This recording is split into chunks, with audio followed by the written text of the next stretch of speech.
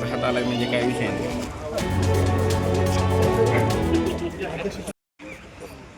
बार्शी, माडा आणि करमाळा या ठिकाणच्या सर्व बंधू भगिनींची, नागरिकांची इच्छा होती की एक बार्शीमध्ये सेशन कोर्ट या ठिकाणी यावं.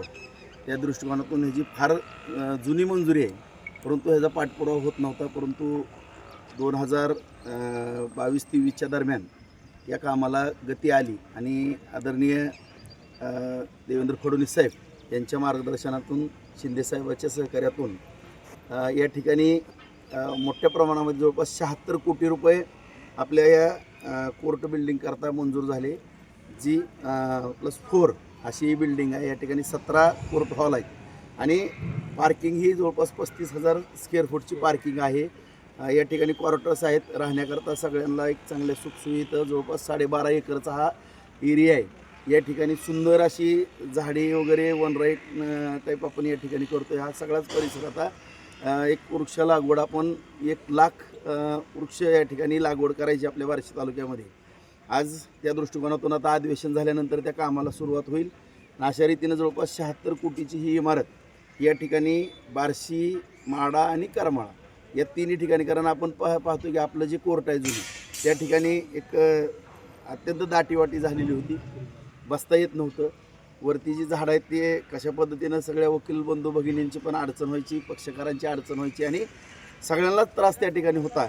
आणि त्या दृष्टिकोनातून हा निर्णय या ठिकाणी घेत असताना फडणवीस साहेबांनी सकारात्मक निर्णय घेतला आणि आपल्याला 76 कोटी एकाच वेळेस मंजूर केले.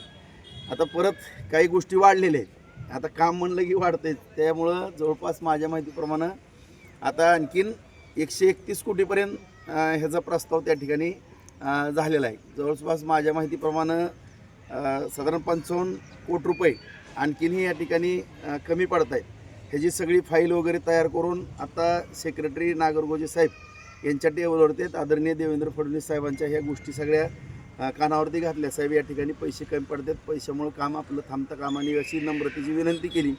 साहेबांनी तात्काळ त्वरित कारवाई करा म्हणून तशा सूचनाही डिपार्टमेंटला दिलेल्या आहेत आणि त्यातल्या काही बाबी आहेत त्या तपासून सगळी ती फाईल मंजूर होऊन लवकरात लवकर तो निधीही, म्हणजे पैशाला कुठं कमी पडणार नाही.